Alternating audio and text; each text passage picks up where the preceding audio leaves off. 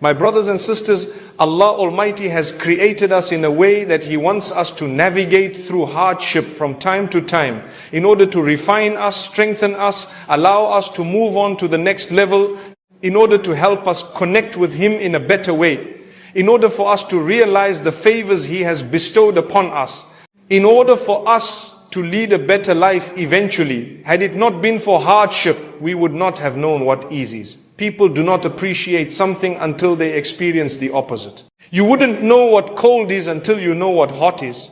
You wouldn't know what growth is or profit until you know what loss is. In the same way, sometimes we are leading a life of ease and we don't realize it. So Allah Almighty says, we want you to understand that we have given you ease. We've given you good health. We've given you so much of goodness. So we will take it away for a while in order for you to appreciate that we have actually blessed you. And then when it's taken away, do not despair. Do not become despondent. Don't be a person who gives up on your own Maker who's blessed you all along, but rather understand and remember it's just a period of time. It's just a phase. It's just a passing cloud. It's just a moment that we will have to endure. For indeed, as you bear patience, days will come that will allow you to witness ease one after the other by the will of Allah subhanahu wa ta'ala. There is no one from amongst us, no one seated here, no one who's going to watch this, who has only ever had everything easy throughout their lives in a way that they wish and they want. When mankind calls out to Allah, he asks Allah. Why would he ask Allah? When Allah Almighty loves you, He grants you the acceptance to engage in worship, because He doesn't need that worship. We know we are believers, so we know that Allah Almighty does not need you to worship Him. It's you who needs to worship Him. The benefit of your worship is yours and not the Almighty's. Like Allah Almighty says, if everyone is going to disobey Allah, it does not displace the value of Allah or the ownership of Allah in the smallest way, not at all, but rather it's for us. When I obey Allah, I will achieve the benefit of that obedience. When I am trying to get connected to my Maker, I will achieve the benefit of it. In the last few days, I have spoken about how when you believe in the Almighty and you have hope in His mercy, the quality of your life is far better than the one who doesn't believe in the Almighty, becomes depressed and sad when things happen. As a believer, when things happen to me, as much as it may bring about sadness, because I'm a human being, I live in hope. I live in tremendous hope. And I live with a sense of joy for having been chosen to engage in an act of worship known as patience or sabr, that is only granted to those whom the Almighty loves. When Allah loves you, He gives you an opportunity to go through sabr. When Allah loves you, He gives you an opportunity to go through some struggles. Patience. He wants you to be patient. He loves you. Allah says He recompenses those who are patient immeasurably. That's what He does. He gives you reward immeasurably because you bore patience over what He has chosen for you. He gave you an opportunity to bear patience. So now, if you look at the Quran or the Old Testament or the scriptures of the past, you will find that all those who were chosen by the Almighty to be messengers or prophets, those who were chosen by the Almighty, and we know they were chosen, every single one of them has been through hardship, difficulty, and guess what type of difficulty? More than you and I. The Almighty did not create us to enjoy ourselves on earth in a way that we forget that this earth is very, very temporary. And it's going to come to an end, and we will come to an end here. He didn't create us in a way that we should be forgetting Him while living here. Rather, living here should strengthen our belief in the fact that when this world comes to an end, we're actually going to a far better place. And that's why as you grow older, and perhaps you're on your deathbed, may Allah make it easy for all of us, because we have to pass through that. Kullu nafsin dha'iqatul maut. Death is a door that every human needs to enter and will enter and shall enter at some point, whether you like it or not. You have to enter the door. When I'm a believer, I will enter the door with a smile. I know it's tough. I know that I am going to live for as long as the Almighty wants me to live. But when you're unwell or on your deathbed, as I said, a believer has hope to say, you know what? I tried my best while I was on earth. Yes, I'm a human. Allah Almighty made me a human being. I'm not perfect. Perfection is for the Almighty. He's made me with imperfections. And He knows my struggles. He knows that I've gone through and I will go through so much. He knows whatever I'm going through. He knows that I kept trying. He also knows I faltered from time to time. I fell into sin from time to time, but I kept trying and I did not give up, and I kept seeking forgiveness, and I kept speaking to Him, communicating with Him. I tried to be better every day. That alone is a source of hope for you and I, because we kept trying. We did not give up. A true believer never gives up, no matter what has happened. The worst case scenario, as people say, is, you know what, it's so bad this person could die. In reality, everyone has to go. If you were to be asked, when would you like to go? You wouldn't like to go. So Allah says, we won't even ask you the question. We will do you a favor. We will take you, and we know it's better for you to go. That's it. Because if we were to ask you, when would you like to go? You would never go. You wouldn't want to go. But we have something better for you in store. They say when a person sees what's prepared for them in the hereafter, they would be super excited and so happy, forgetting completely and totally the earth and what it had. It's irrelevant. I've given an example of how all of us have forgotten completely and totally how life was in the wombs of our mothers. But were you there? Yes, you were there. But can you remember? No. Can you tell us, were you on earth? Yes. Can you remember? No. Because you're in such goodness. You're in so much. Do you know what happens to us sometimes? You're really thoroughly enjoying yourself and you're so busy. You forget your family members who are far away, to talk to them, to speak to them, sometimes to show them, to phone them, etc. And people say, why didn't you call me? Why didn't you find me? Oh, I'm sorry. I forgot. Forgot me? I don't mean forgot as in you're not important. But you know what? I was so occupied. Hang on. You are enjoying there without me. Subhanallah. May Allah grant us goodness. My brothers and sisters, there will be hardship. There will be difficulty. We have one gift, many gifts, but one. Number one, we have the gift of faith. We believe in the Almighty. We know good days will always come after the difficult days. The days when we thought we were broken and there is no way out, Allah Almighty suddenly opens doors and suddenly we see. Nearly all of us, perhaps we may have had days when we really felt like there was no way out. It was tough. It was so hard. I just wish that this earth could open and swallow me. And today you're sitting and you're smiling and saying, you know what? All those problems were solved. Who solved them? How did they resolve? It was a miracle, was it not? Allah. So that means if you are going through that today, don't worry. Tomorrow a day will come when you will even forget about what happened. If you remember, it will just be slightly, not much. Allah will open your doors. Allah will bless you. Keep trying, keep praying, keep doing better, because we are weak. Environment, we know how it is. The pressures of society, community, those who are around us. The world is changing on a daily basis.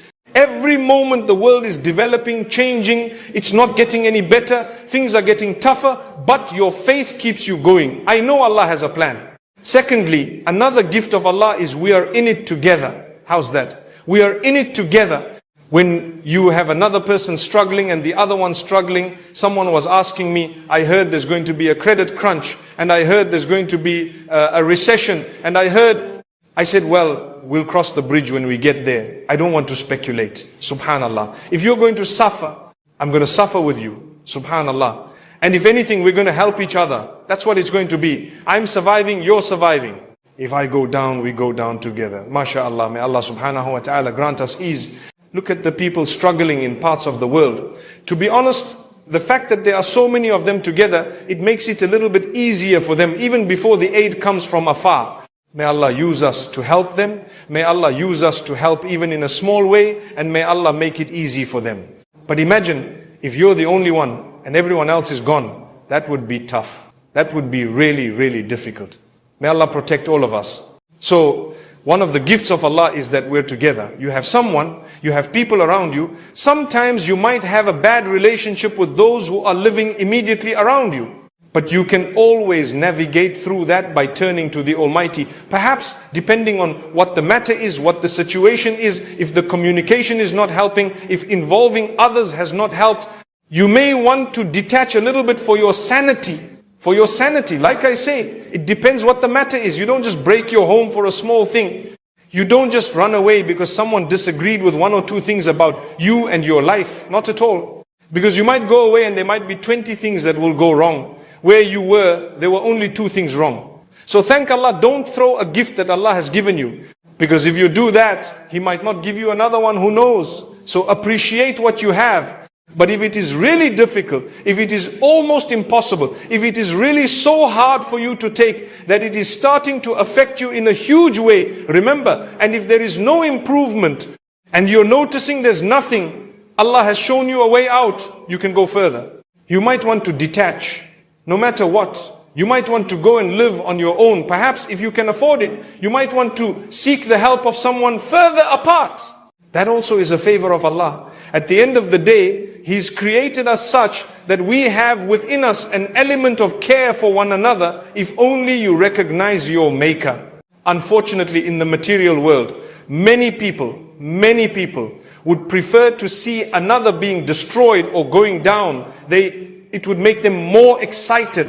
When they see something bad that happened to someone, they begin to say, Mashallah, Alhamdulillah, Allah. You're supposed to say, Inna lillahi wa inna ilayhi raji'un. You're supposed to be sad when someone else is suffering a loss.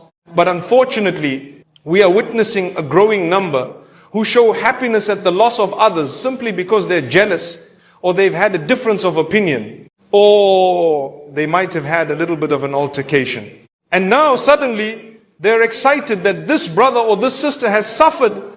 We should never say they deserved it. No, don't say that. Even if you think they did, no. Because the next person in the problem could be you. Try and reach out to them. Offer some help. Because when you're in a disaster, you will also find others offering help.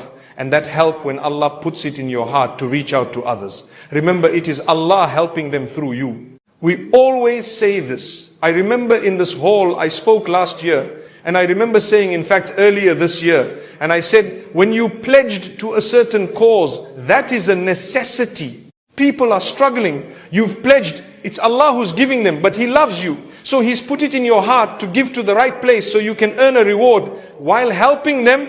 That's what it is. But if Allah wanted, He did not need to use you. He's giving you an opportunity. And when you help, you will always find that the Almighty will help you in other difficulties and hardships. And in your own life, like the Prophet Muhammad, peace be upon him, says, Allahu fi awni al-abdi ma kana al-abdu fi awni akhihi. Allah continues to assist a worshipper for as long as that person is busy helping others. So if you help others, you will be helped in what? In your own matters, in your own affairs. So thank Allah for this. Similarly, my brothers and sisters, look at the positives in your negative. That's how you navigate through these negatives. Navigating through hardship is to look at the ease you're in. What is the ease you have? Allah might have taken away a few things from you, but wallahi, He has given you so much more. He might have kept away from you 4 or 5 things. He might have tested you with 5 or 10 things. But trust me, the other millions of things, hundreds of thousands of things He's blessed you with that you've taken for granted. You sit today and count the number of problems you have. What do you have? What has gone wrong in your life? Wallahi, you will count a few things on your hands. That's all. What went wrong in your life? Tell me what. You think you will tell me I don't have a job, etc. This went wrong, that went wrong. You will count a few things. I said something similar a few days ago. And a brother comes to me in the evening and says, you know what? You're so right. I was sitting there and smiling at myself saying, this man is so correct. The problems I have are only 5 major things that have gone wrong. I don't have this, I don't have that, I have this problem, this issue, this and this issue. That's it. And what went right in your life? Mashallah, you're breathing, you're seeing, you're speaking, you have clothing, you have a project. What was meant to be private has become public. What was theirs is now everyone's. The Prophet's life teaches us this. He had the most extraordinary experiences, direct revelation from Allah. But he did not broadcast it constantly. He lived simply. He kept the most profound parts of his journey private. And yet his impact was infinite. Why? Because he did not need public validation. When you keep something to yourself, you maintain agency, you maintain power, you maintain ownership. The moment you share, you give that power away, and you can never fully get it back. Think about the things people regret sharing. They shared too early, too widely, too carelessly. And by the time they realized their mistake, the thing they shared had been picked apart. The achievement has been minimized. The blessing has been compared to someone else's. The joy has been questioned. But what if you had kept it private? What if you had sat with that joy alone? No one would have diminished it. No one would have stolen it. No one would have made it about themselves. The Prophet spoke about the evil eye. And before you dismiss this as superstition, understand it is real. Not in a magical way, but in a very human way. When you show people what you have, you invite envy. Not always intentional. Sometimes from people who love you, but envy nonetheless. And envy has power, not because it is magical, but because it shifts something. When someone sees your blessing and wishes they had it instead, they project that energy onto you. Sometimes it weakens your resolve. Sometimes it makes you doubt your joy. Sometimes it makes you less protective of what you have. The great scholar Jacob, peace be upon him, told his son about his dream and said, do not tell your brothers. Why? Because he understood something. Not every eye is clean. Not every heart is pure. And what they did not know, they could not harm. What was hidden was protected. A woman gets a promotion. She tells everyone. Now her colleagues who did not get the promotion are resentful. They begin to nitpick her work. They begin to undermine her. They begin to make her job harder. The blessing she shared became a source of conflict.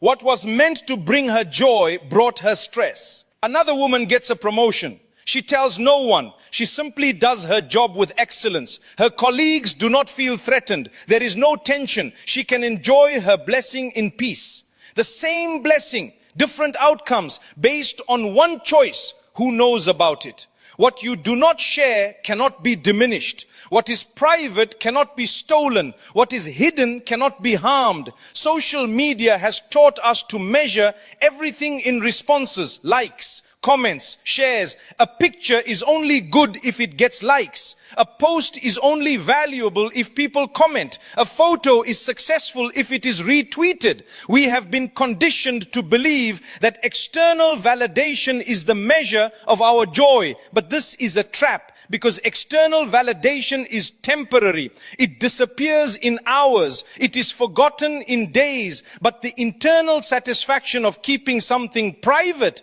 that lasts, that grows, that multiplies. When you share a blessing with the world, you get temporary validation.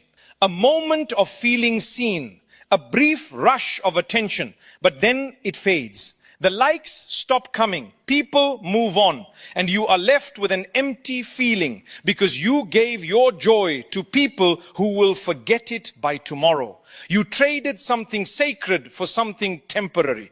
The Prophet kept the most profound experiences private. His night journey, he did not broadcast it constantly. His relationship with Allah, he did not parade it. His deepest moments, he held them sacred. And that protected them, that preserved them, that made them eternal. A couple announces their engagement with a beautiful photo shoot. They get thousands of likes, but 6 months later, the relationship ends. Now that photo is a